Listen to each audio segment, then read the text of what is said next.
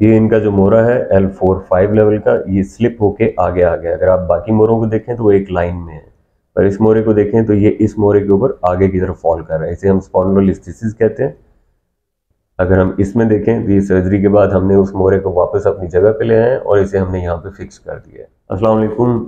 हम आपको अपने इन पेशेंट्स का आज बताएंगे। इनकी हमने सर्जरी की थी। इनके मोरे जो हैं वो एक मोरा दूसरे के ऊपर स्लिप था, जिसे हम स्पॉन्डिलोलिस्थेसिस कहते हैं, L4-5 के लेवल पे। और 1 माह पहले हमने इनकी सर्जरी की और आज हम इनसे पूछते हैं कि इनका एक्सपीरियंस कैसा रहा और इनको अब इनके क्या हालात हैं, पेन है या नहीं है। तो आप बताएंगी कि सर्जरी से पहले आपको क्या पेन थी और किस तरह होती थी, और सर्जरी के बाद क्या फ़र्क पड़ा? जी, अस्सलाम वालेकुम। मेरा नाम नाज़िया परवीन है, मैं हरूनाबाद में रहती हूँ। तो मैं ना सीढ़ियों से गिर गई थी, उसकी वजह से मुझे मसला बना। कितना अर्सा पहले गिरी थी आप? 3 साल पहले की बात है ये। तो मसला क्या होता था? मसला होता था कि टांग पे वजन नहीं आता, चला नहीं जाता था बिल्कुल भी। 5 मिनट नहीं चला जाता, ना खड़े होकर कोई काम होता था, ना बैठ के, ना लेट सकती थी। जब लेट के उठती थी टांगों पे वजन नहीं आता था। तो अच्छा। यानी कि बहुत ज़्यादा शदीद दर्द थी। जब मैं किसी डॉक्टर के पास जाती थी, वो तो ऑपरेटिव बताते थे, लेकिन ये कि मैं करवाती नहीं। मुझे कहते थे कि ये ना मसला ठीक नहीं होता, ऑपरेशन के बाद इंसान चारपाई पे लेट जाता है तो उठता नहीं है। तो मैं डरती, करवाती भी नहीं थी। तो तकलीफ बहुत ज़्यादा थी, बस बड़ी परेशानी थी।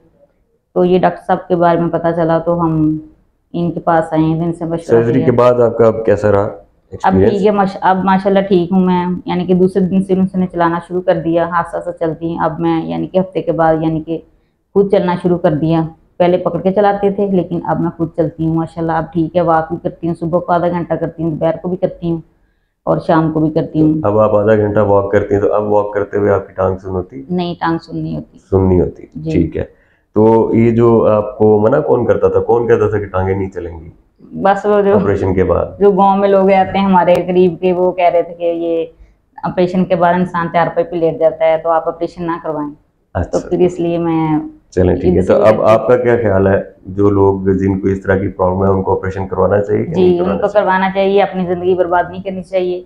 जी। तो अपना ऑपरेशन करवाएं और डॉक्टर साहब से रब्ता करें और इनसे अपना इलाज करवाएं, जी। इंशाल्लाह बेहतर होगी। तो हमारा यही मैसेज है कि जिनको इस तरह की प्रॉब्लम होती है वो अपना ऑपरेशन जो है वो जल्दी करवाएं।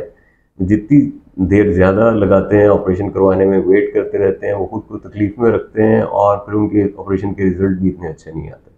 Thank you very much.